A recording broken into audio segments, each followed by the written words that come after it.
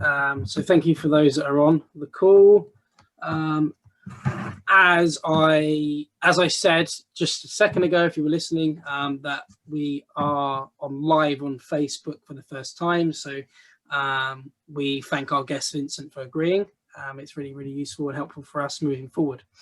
So I'm pleased that you can join us, whether it's on Facebook or whether it's on Zoom, that we have Vincent Stanley to discuss why the multi-sport athlete is successful at sports, academics, and life. We encourage questions, so whether it's through the chat on Facebook or on Zoom. So please do message through. If you're on Zoom, please try to keep your mics off. It just helps with background noise. We do record the webinars and they are posted at a later date. So if you look on our social media channels, you'll find them there in a week or two. You can also find us at Twitter at Youth Soccer Coaches and our website www.youthsoccercoaches.com. So it is live on Facebook, brought to you by 360 Player.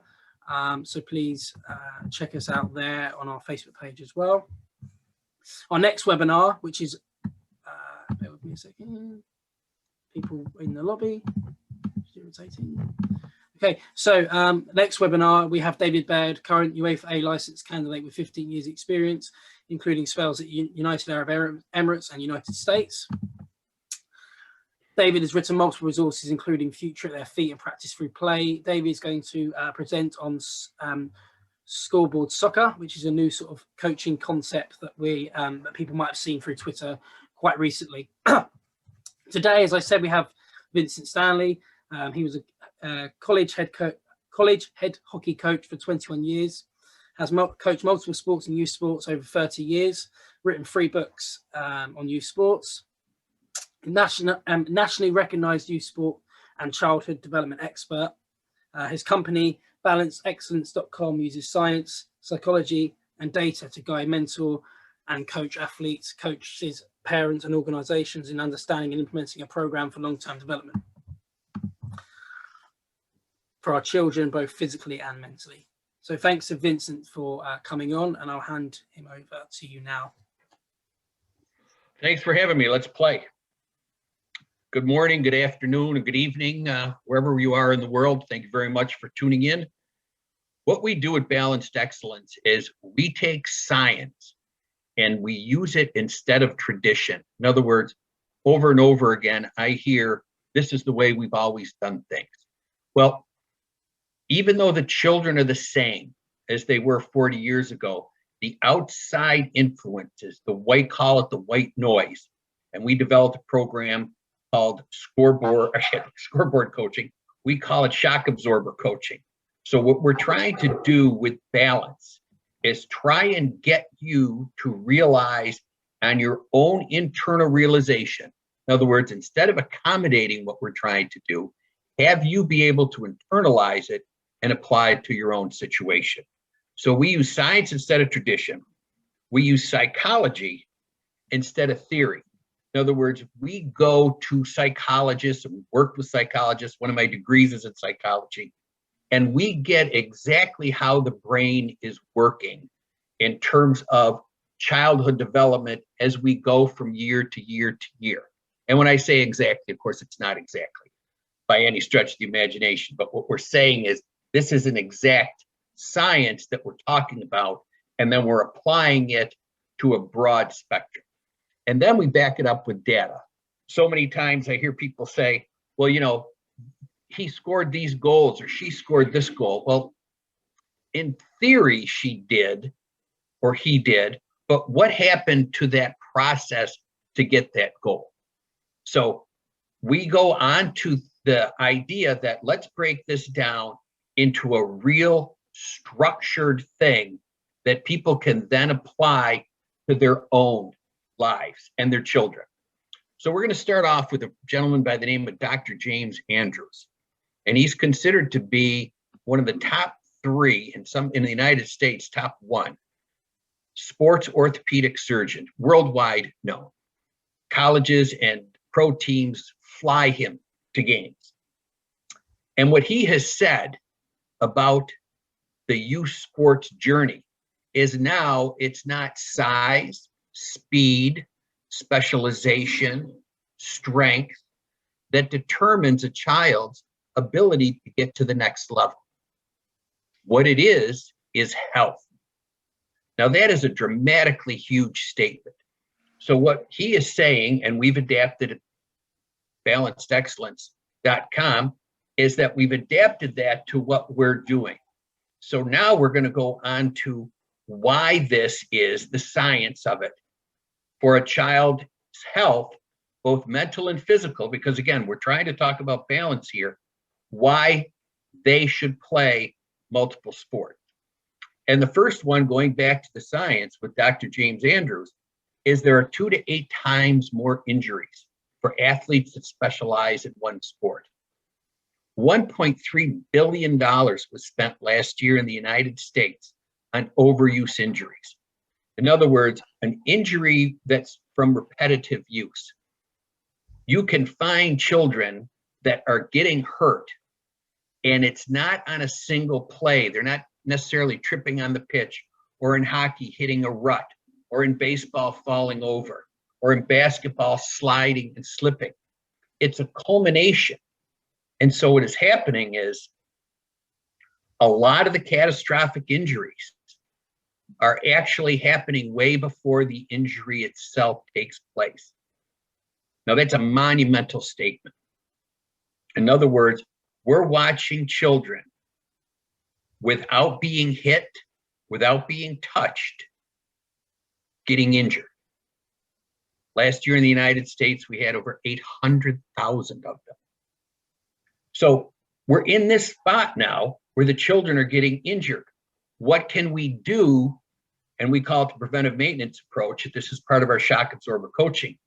Is that what can we do to help the parents, the coaches, and the athletes be able to play longer? And the first one is really basic. It's the notion that we want children to play for fun. And I had at one seminar that I was coaching the people and doing a workshop, and one of the parents came up to me and said, you know, Coach, we really think that our son, if he specializes, then he's going to be a lot better, because we're seeing these players that have specialized. And later on in this program, you're going to see where that's actually not true now. Again, going back to we're using science instead of the way things always have been. So let's just take you people as an example in your own lives. The more you enjoy doing something, the more fun you have. Isn't it just basic human nature that you're going to want to do it more? And if you're doing it more and you continue to do it, you're going to get better. We have a saying, no child, no athlete ever gets better sitting on the bench. So the more you play for fun, the more that is fun, the better off you're going to be. So now people will say to me, well, yes, that deals with specialization. Mr. Stanley, it's the opposite of what you're saying. When in actuality, it's not. If you play for fun, different sports, different activities, you're not always the best player. And when you start to help other players play better, everyone runs faster when they're being chased. There's an old joke about 2 guys in the forest and the bear comes upon them. One guy turns to the other guy and says, I can't outrun that bear. The other guy says, I don't have to. I just have to outrun you. So if we can get the fun part, as I told you earlier about we're already competitive, then the competition will come and the players will get better. So again, back to, well, doesn't this lead to specialization? So then I ask you, do your children take one course in school all day? Do they take one subject all day? In their classwork, is it just that one thing over and over again? No, it's diversified. Listen, balance is so important that the Olympic people have a balance beam. It's an Olympic event. That's how important balance is. So if they're not taking one subject in school all day, and they're taking multiple subjects, and we know from past experiences, we go to the psychology part, that children change their minds multiple times a day if they want to do. Everybody knows that. If you have brothers and sisters, nieces and nephews, your own children, you know that your children like to do things differently. And when they're doing these different things, they're learning. And so in the brain, as the brain is functioning, it is now learning to cope with different situations. Because if you keep doing the same thing over and over again, first of all, it's a job, but there's the law of diminishing returns. We use the example of Common Core. In the United States, we have Common Core. Well, the only thing common with children in the United States is their age. That's it. So what are we doing if we're repeating that? And we're doing just testing to allow the children, instead of the journey being important, being the final product. And what that does is confuses them with standardized testing and Common Core. And let's be clear, when we're with little kids, how many of you have heard this saying? Dad, Mom, I could do it myself. Let me do it. So we know from basic psychology that children want to own their own journey. So we tell all the coaches, all the parents, here's our first tip. Your child's school, go to the phys ed teacher and ask them, what is it that the children are doing in phys ed for development? They don't do one sport year round. So in no place other than a place that you are paying someone to tell you to do this one sport year round, is that an acceptable mode of athletic development and mental development for children? This is why in the United States, we lose 70% of the kids by the time they're 13. A staggering number. Just think if you had a business and you had a 70% failure rate, how you would be able to maintain your customers. So what this does is it gets people to live in fear. And it's not the fear of an atomic bomb. We don't want to be dramatic like that. But the fear that people get is of stepping out of line, falling behind. My children, we see over and over again when we walk. I talk with doctors. We talk with certified athletic trainers, physical therapists, parents rushing the children back from injuries to play. And we also see the children wanting to get back because so much of who they are is wrapped up in this identity of the team. I was a head coach of college hockey for 21 years in the United States, and my business card did not say head coach. It said teacher of men's ice hockey. In 21 years as a head coach in college hockey, with all the championships the children won, not one game did I coach. Not one game in youth sports did I ever coach that every child didn't get to play. And not baloney minutes at the end of the game. Because we don't know what they're going to love, what they're going to be drawn to. So we expose them to multiple things. There's a famous story of an art teacher who decided he was going to have his children, college, wasn't going to have his students make clay bowls. And he was having trouble with his talented ones and the lesser talented ones. So he divided the class in half. And he told the one side of the class, what we want you to do is make as many bowls as you can and then come up with one. He told the other side of the class, unbeknownst to either side, only make one bowl. At the end of the semester, the children, the students that use the multiple bowl approach were more successful. So as I say to you today, how important balance is, how multi-sport is, let's just go back to you and I. When you have a chance, stand on one foot. See how long you can maintain your balance, right? No one's ever said, oh my gosh, I lost my specialization. They always say I lost my balance. And then stand on 2 feet, and you will automatically see the natural order of things. It's like ice cream. I love ice cream, eat it every day. But it's unhealthy for me. So I don't. Same thing with specialization. Excuse me. Now, if I were to poke you in the shoulder multiple times, eventually you'd swat my hand away. That's specialization, people. But the key to that story is not poking in the shoulder and having the shoulder be sore. Is my finger hurts, my wrist hurts, my elbow hurts, and my shoulder hurts because I'm specializing. If your child gets sick and you take them to the doctor, and boy, if I'd have known what I know now about amoxicillin, I would have bought stock in it. But you give them amoxicillin, you don't take them to a specialist, they just take the amoxicillin and they get better.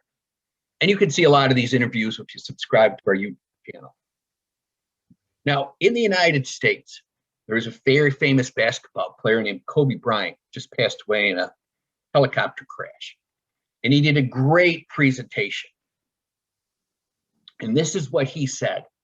He started at the NBA at 18, but he was also a phenomenal soccer player. Tremendous soccer player. So boys are playing soccer and baseball, tennis, track, and football. They actually help each other get better at the other sport. Girls, soccer, volleyball, tennis, track, and field.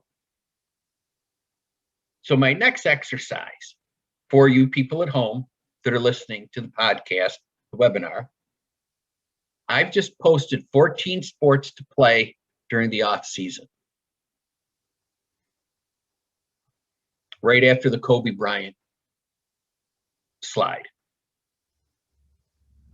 What you see there is now all these sports, and what I want you to do is take your favorite sport, the one you want your child to play, the one you played, the one you did, and start to now check off at home on a piece of paper which one of these sports could help you playing the sport that you love.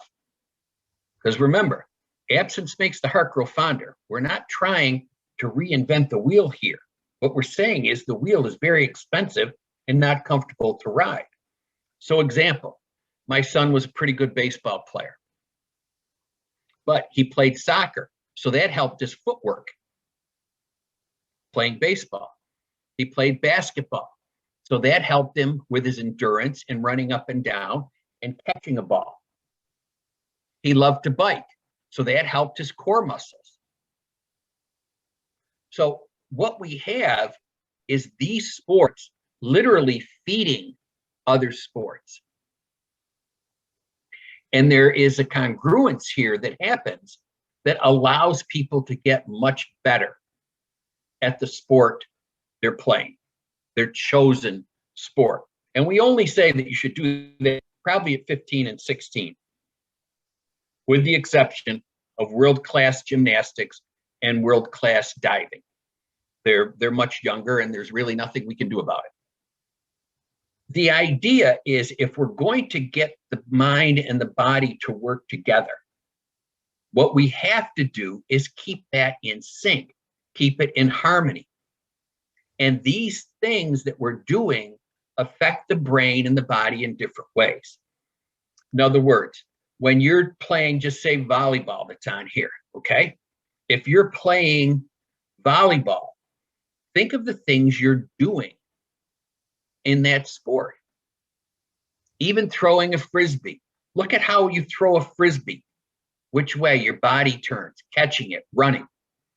So now here's our second tip for all the coaches out there, even for the parents, because you can do this at home at any kid's party. We are a huge proponent of Simon Says. You want to include Simon Says. Every group that we coach, and we coach all of them, all the team sports, we tell them for a warm-up, you want to use Simon Says. I've watched strategic soccer warm-ups. I've watched hockey warm-ups. I've watched them all. Football, basketball, baseball. And what I found is that there's not enough movement. And that's the critical component. And if you have different parts of your body that need development, then you have different sports right there for you, right there out in front to help you get better. And when you embrace that, there's where you start to feel the growth. Now, again, I'm going to speak to the United States, but I will touch on the TAS in England when I'm done with this next slide. So, University of Alabama is the #1 football program in the United States for Division I college. Clemson is 2, Ohio State is 3. And I just put Washington Huskies in there because I like Huskies and I just didn't want the top 4 in the country. I wanted to show you that teams that aren't necessarily in the top 10 in the country are doing this also. So you can see by the slide that how many of these athletes that play football are playing other sports,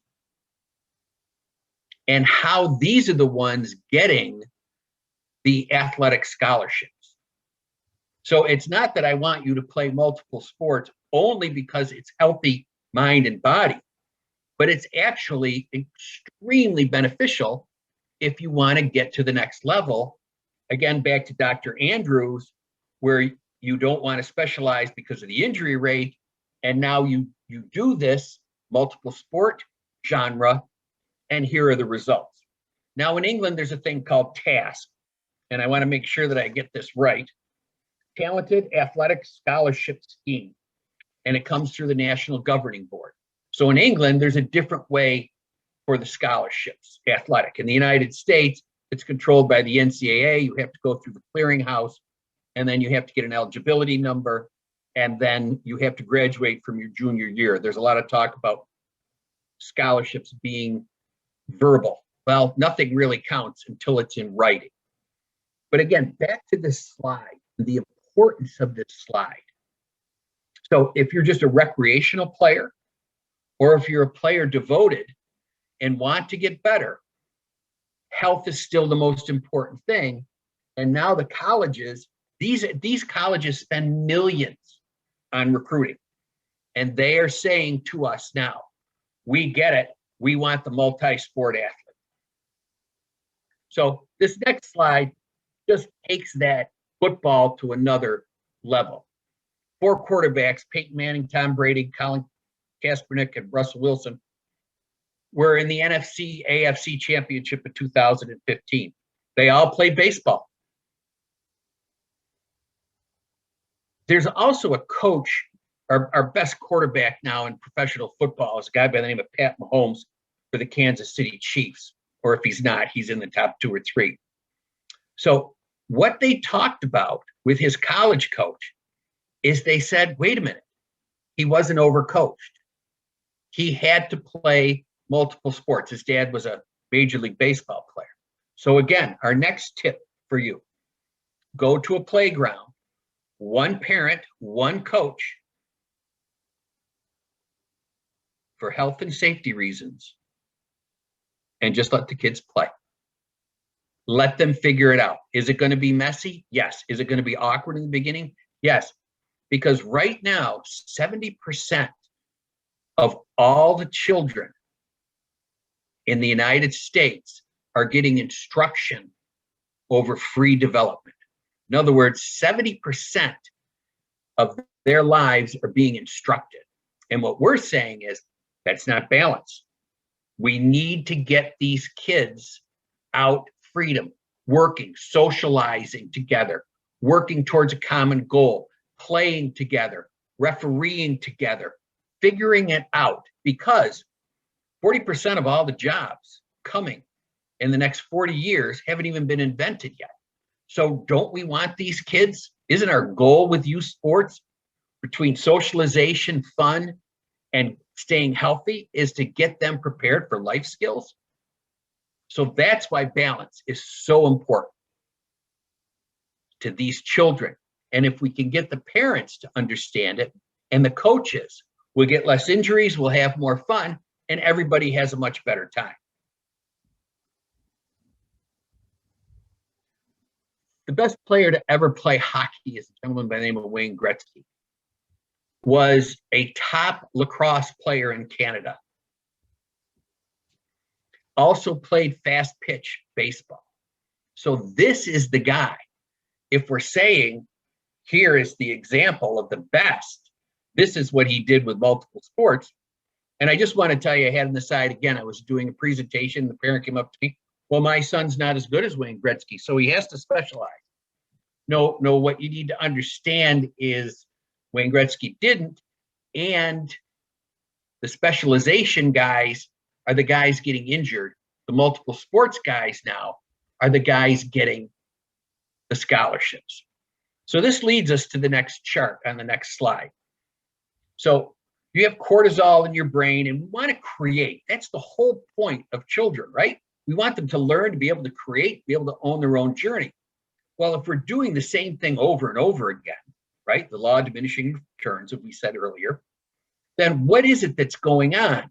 So we created this balance versus specialization. So when you are thinking about this now, as we've gone through the last 20 minutes, hopefully you'll see the importance of balance. Now, the next one happens to be my personal favorite, is that we want to teach trust is more important than respect. Again, we're keeping some balance, but trust. In other words, in the United States, we have a president, and I'm as anti-political as you could get, but it's the hardest job in the world. If it's not, it's 1A. So I have the utmost respect for the office of the presidency of the United States. But it doesn't mean whoever's in office that I necessarily trust them. So now we've got a different idea, because trust is reciprocal. Trust is something that is earned and we give to each other. And therefore, that's what we want to teach the children. I use this example. I'm my father's son and I'm my brother's brother. No matter how you put that, it's always true. Wherever there's lightning, there's electricity. But wherever there's electricity, there isn't necessarily lightning. A non-reciprocal truth. When you drive home at night from work, you're on one side of the road. You don't care if it's a Mercedes, a Jaguar, or whatever that other car is. You just trust that they won't hit you.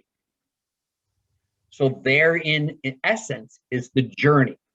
So if we're more concerned with the journey and the development, we will put ourselves in a position to be victorious more often. Now, I'm as competitive as they come, but I truly believe in competition in terms of just being competitive, because competitive now allows me the leeway to cheat, to pull a team. You know, hey, I was just beating, the guy's just competitive. So I really make sure we know that it's competition that we're looking for. Being competitive can turn to entitlement.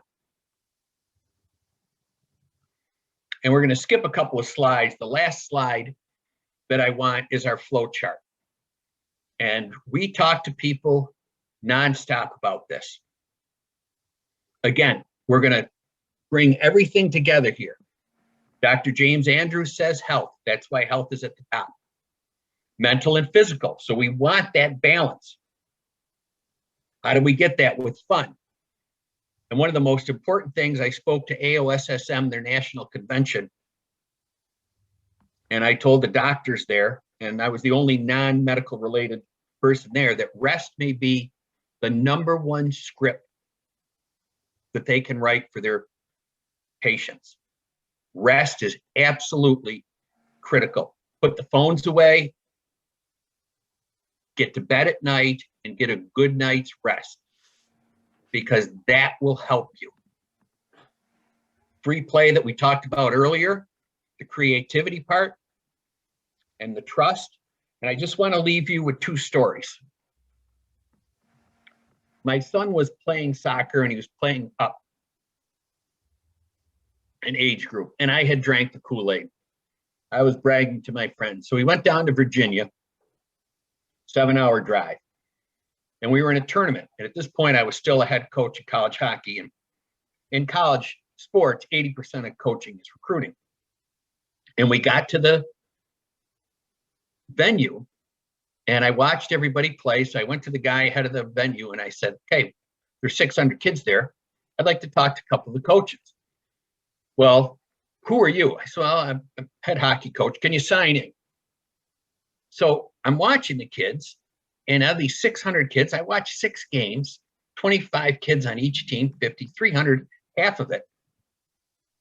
I saw only 3 kids that could play Division I. These parents were paying an average of each family now was paying an average of $1,000 for their child to go play these 3 games. That's pretty expensive. You're going to go to a psychiatrist, that's $250 or over $300 an hour. So we got on the van on the way home, and I told my children, I said, listen, we got to have a talk. And of course, they rolled their eyes. I said, look, you guys need to understand that there is no Santa Claus. And of course, being 13 and 11, they both said, oh, we already know that, Dad, we've already done that, Dad. And I said, no. What I'm telling you now is that when you go back home, you're just going to play for fun. No more elite travel soccer, no more elite baseball. Well, my son went back to his team, had the best year he ever had. My daughter went back to her team and had the best year she ever had because they relaxed. Lee Westwood, great golfer from England, just did an interview after the Players' Championship. And he said at 47, he finally realized how to get good at golf. Just to relax and enjoy the journey. So here's the last story I have for you. And I want you to understand that this is something you can take with you to all your events. Little Molly was 10 years old. She was going to go play on her first travel soccer game. She was all excited, but her older brother played baseball, and her oldest brother, played basketball. So she had been through the whole travel experience. She was 10 years old trying to decide whether she should become the principal or go to 4th grade. So she was following her coach around the pitch. He was setting up the cones and getting everybody to play. And he finally turned around and he said, Molly, what can I do for you? And she said, Coach, I only play center mid. And the coach said, Molly, look, we try and have everybody play every position. And, you know, it's important that everybody learn different positions. And he went back to doing what he's doing. And Molly stayed right on his hip. The guy would have stopped. She would have ran right into his butt. So now he turned around, he got down on one knee, and he said to Molly, Molly, honey, what is it? What's bothering you? And Molly looked him right in the eye as only a 10-year-old girl can do. And she said, Coach, it's like this. You're on one side of the pitch, yelling all these instructions to me. My dad's on the other side of the pitch, yelling all these instructions to me. And center mid is as far as I can get away from both of you. Thanks for watching.